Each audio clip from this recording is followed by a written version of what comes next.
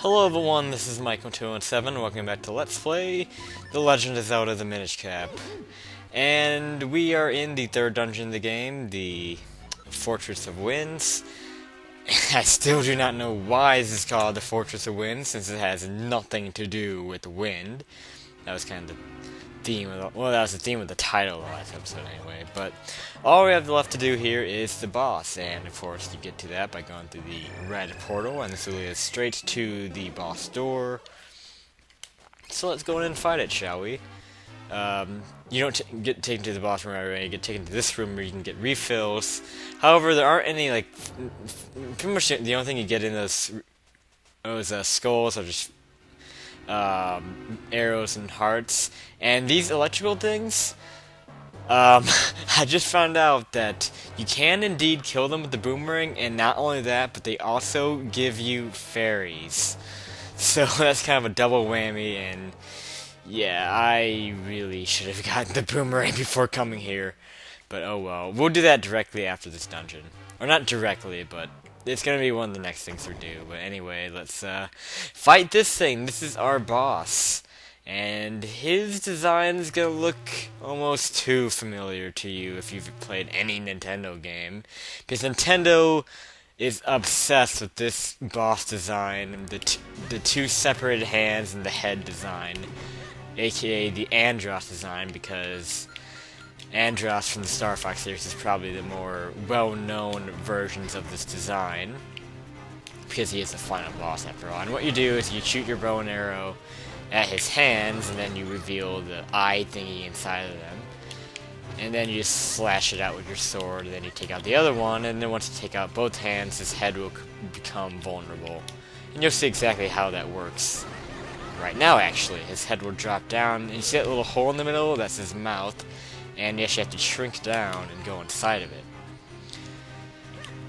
So yes, Nintendo is obsessed with this design. You actually see it a lot in the Zelda. And by the way, you have to slice these pillars that have the eye on them to actually hurt the boss. And then this thing will take you out. But yeah, you actually see this design a lot in the Zelda series. I mean, obviously we're seeing it here in the Minish Cap. You see it with Bongo Bongo, the Shadow Temple boss in Ocarina of Time. You see it with Godan, the boss of Tower of the Gods, and Wind Waker. Which one should I shoot? This one, I guess. The annoying thing about this one is that there's sometimes you almost have to take hits, because when you're attacking one of the hands, the other hand can get an easy, like a free shot in on you. And yeah, whenever he pounds the ground like this, you'll, oh, shit. Yeah, it can be kind of hard to avoid his attacks, but yeah, whenever he pounds the ground like that, sometimes he'll make those leechy things appear, and they can be kind of annoying. But the good thing about the leechy things, I don't know what they're called, but whenever they drop... Oh, what? Oh, yeah, his hands revive if you wait too long. So be sure to take him out quickly. So, yeah, I'll take these out. Yeah, but the leechy things actually do drop refills like arrows and hearts, so... This boss can be difficult, but, you know, because of those things drop, you know, coming out and dropping things, it's not, you know, it's easy to get refills and hearts and stuff. And yeah, this is where you actually use the moments. Whenever you go inside of them like that, you'll have to dig through that stuff. The first hit you don't have to, of course, as you saw. But the second and third hit, you have to do that. This is a 3-hit boss, so it's not a very long boss. I mean, I've died on this a couple times in previous playthroughs, and just because I get hit by his hands a whole bunch. But I don't know. And this thing right here, I believe when it hits you, it shrinks you down automatically, which can get to be a pain in the ass. And these things, whenever they clamp onto you, just kind of run around a little bit, you know, with your D-pad or control stick in my case. I'm using the GameCube controller. And they just go down in one hit, one sword slash takes them out. Yeah, this guy, it really isn't that hard. I don't know why I always have trouble on him. But, I mean, this time it seems like actually, I haven't taken too many hits in this run through the boss, but in previous runs through this boss, I got my ass kicked by him. And the tough part about this is that it's hard to find which one's vulnerable, and eventually that thing will come back and grab you if you wait too long and pull you out of this. But yep, there you go, he's gone. 3 hits. And now after doing that like that, I'm convinced that this is actually one of the easier bosses in the game. I used to think he was one of the hardest. He was near the top, but nope. Pretty damn easy. And you get your heart container, but there's something missing here. We have a door that, of course, opened up, but something's kind of missing. Well, we have a nice, cool little courtyard area. Some birds in it, but where's the element? And where's the portal that leads out of here? We do have something to read, apparently. And it says there's a tribe of the winds. Okay, so I guess that's why this is called the Fortress of Winds. I'm gonna read this. Long have we lived with the winds. We have mastered them, now join them. Together with the great winds at our backs, we head for the skies. Okay. So he's talking about notes that contact the winds, and the bird from A Link to the Past drops an ocarina. The Ocarina of Wind knows it's not the Ocarina of Time. And this is pretty much the exact same flute from A Link to the Past, and it serves the exact same purpose. This is the item that we'll be using to teleport. You know, all the wind quests we've been opening up throughout the overworld. I said there's going to be an item that we'd collect later in the game that will allow us to actually use those in Warp. And this is that item, the Ocarina of Winds. And apparently we're not going to get our element here, so it's almost like a complete waste that we came here. Yes, we did get the Ocarina of Wind, but we didn't get our element, so we'll find out more about what happened with that later on in the game, but we're actually going to have to beat the next dungeon, which has the blue element. I forgot what exactly it's called. But we're going to have to beat that first before we can actually get the green element. But there's a lot of things we have to do between then and now. And for one thing, we have a lot of items to collect. Like I said, I want to get the Boomerang. And there are plenty of other items. We will eventually ease into what we have to do to actually access the 4th dungeon.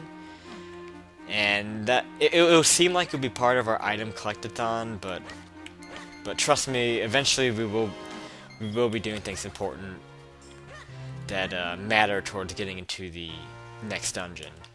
But for now, I don't worry about getting that Boomerang and getting a few other things. For one, we definitely need to get an upgrade. This is an upgrade we could have gotten after the Cave of Flames. I feel like I made a big mistake by kind of rushing into... Oh, there's that golden rope, by the way. We will be fighting him very soon. I feel like I made a pretty poor mistake by rushing into the Fortress of Winds. Because there are a lot of items I could have gotten between the Cave of Flames and the Fortress of Winds. This is one of the upgrades I could have gotten because all you need is the Cane of Paki to get over here.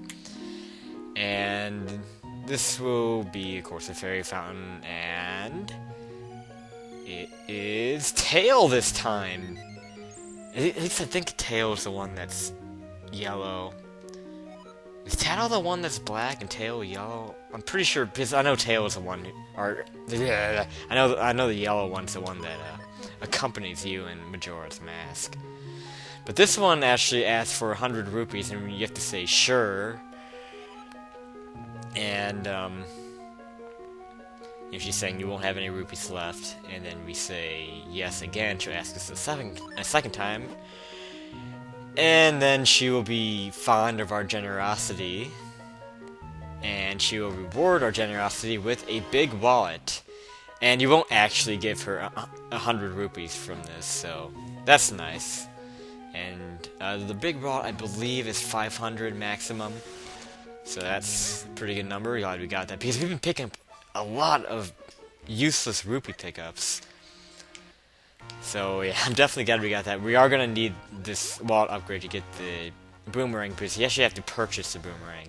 And actually, let's go find that golden rope, because like I mentioned before, the golden enemies give away rupees. That's your prize for defeating them, and they are really difficult to take out, because they move quickly, they take a lot of hits, just keep slashing away. You may get your ass kicked a little bit by them. The rope doesn't seem to be that bad. There's a lot of variations of these. But yeah, you get 100 rupees from that, And the moles can make that annoying to kill because of the area he's in. But yeah, you get 100 rupees for that. We're gonna need 300 for the boomerang, but actually we're gonna be spending a little bit more money, come to think of it. So our next destination is right over here, the shop, and this is where we get the boomerang, but you can see there is actually no boomerang here. So how do you make it appear? Well, we actually have to do, you see this kind of looks like a wallet. So ironically enough, yes, we are gonna get another wallet upgrade, back-to-back wallet upgrades in this episode, which is crazy. So, yeah, that blue rupee next to our rupee count isn't gonna last long, because with 80 rupees we can now buy the big wallet, or not the big wallet, but a big wallet, and I believe this is the last wallet upgrade. There's usually just 3 wallets you have in Zelda games. Whenever they have the red rupee next to your count, then you know that's the highest wallet you can get. But once you get that wallet and re-enter, the boomerang will be right there, and also be joined by like 30 bombs. I believe earlier they just had the 10 bombs. But yes, now we can buy the rupees, but not the rupees, the boomerang. But it is worth 300 rupees. Obviously, we don't have enough, but so I'm gonna have to do a little bit of off-screen grinding. I might go for that gold Tektite in Mount Krenel. But another thing you'll notice is behind this clerk here, there is a bottle. And you guys will see a ladder and a shrinking pot. So you guessed it, we have to shrink down to get over there. And what we have to do, you can see that path across the way here. You can see where this is going. We have to go into this building, flip this over with the can of Packy, and then shrink down. Oh shit, I forgot to move the... you have to move this casing over here to actually get to the hole. You want to get to the hole up top over there in order to get to that bridge. So, just move your way up. Oh yeah, I forgot about this area too. Yeah, you have this top attic area. There's a bunch of Minishes in here you can talk to and fuse with. You can actually, this would be a good idea because we are going to be going for rupees. So let's fuse with a few of these guys. I'm not going to fuse it. Oh, do I have anything to fit? Yeah, I do. I'm going to fuse with a few of these guys. I also know of a chest I remember fusing for somewhere in East Hyrule that I can get. It has rupees in it. That looks like that's in the courtyard, so I might go for that if I need it. Oh, it's another golden rope. I forgot there were 2 golden ropes. I thought they had one of each variant of enemies, of common enemies. There's also going to be one for Octoroks. Again, we have a Tektite in Mount Krenel. So, actually, that's all we really need is that golden rope and the golden Tektite, because each of them give 100 rupees, and we need 300 for the boomerang. So, just keep moving. You have a bunch of these annoying enemies. And you have this dust on... You don't have to do this, but you have this dust on the floor that kind of slows you down. Makes this kind of annoying to get through. Just watch out for these guys. You don't want them to knock you off. This is just mysterious shells, okay? And just make your way down here, and that will lead to where the bottle is. He'll get all paranoid. And let's just grow up, and he'll keep interrupting us, kind of annoying. Egad! And just talk to the bottle, and it's not for sale, but he'll let us have it anyway. And I believe he puts like dog food in it, doesn't he? Because we have to go find like his dog in Lake Hylia and feed it. But we do this bottle is for keeps now. So this is our second of 4 bottles. I think we can get the 3rd one at this point in the game, but I don't really remember how to get it, so I'm not going to worry about it right now. But I'm pretty sure you get the 3rd one in the town somewhere, and I think I can get it right now. So you saw that check mark on the map in Hyrule, not Hyrule, Lake Hylia. I don't know if we can do that right now, but I am going to get the boomerang in this episode and call it a video there. And I will meet you at the golden rope in the Hyrule Castle, and then I'll go to the Tektite after that. Alright, so, yeah, see you in a bit. Alright, let's kick this guy's ass, and there's actually something else we can do here. I'll just show it off. I'm not gonna really waste too much time here, but You see this tree right here? It's sparkling. Well, this is what you do about them. Now that we have the Pegasus boots, we can actually do something about these. We saw another one like in South Tyrol field. What I do is dash right into them, and it will make a shrinking stump appear, and I can shrink on this. I'll do a little bit of exploring, but not too much. You can explore a lot of the garden as Minish Link, but I'm just going to go down this hole and see what's down here. Just to do something. Someone who confused with to get rubies, why the hell not? Do this really quickly.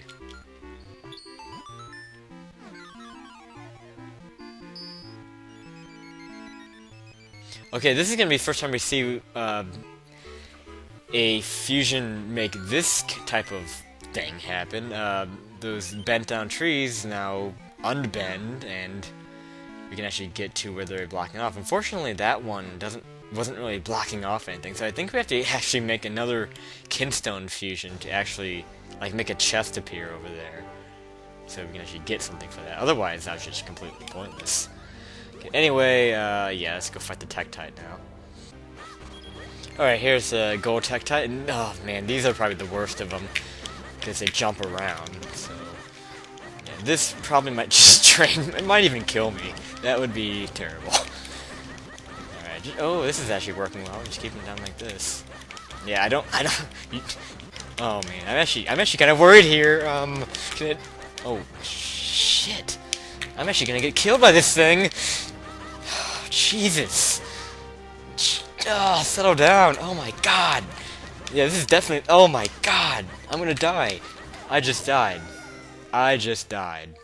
Well, ladies and gentlemen, that's our first death. Thank you all for watching, and I'll see you next time.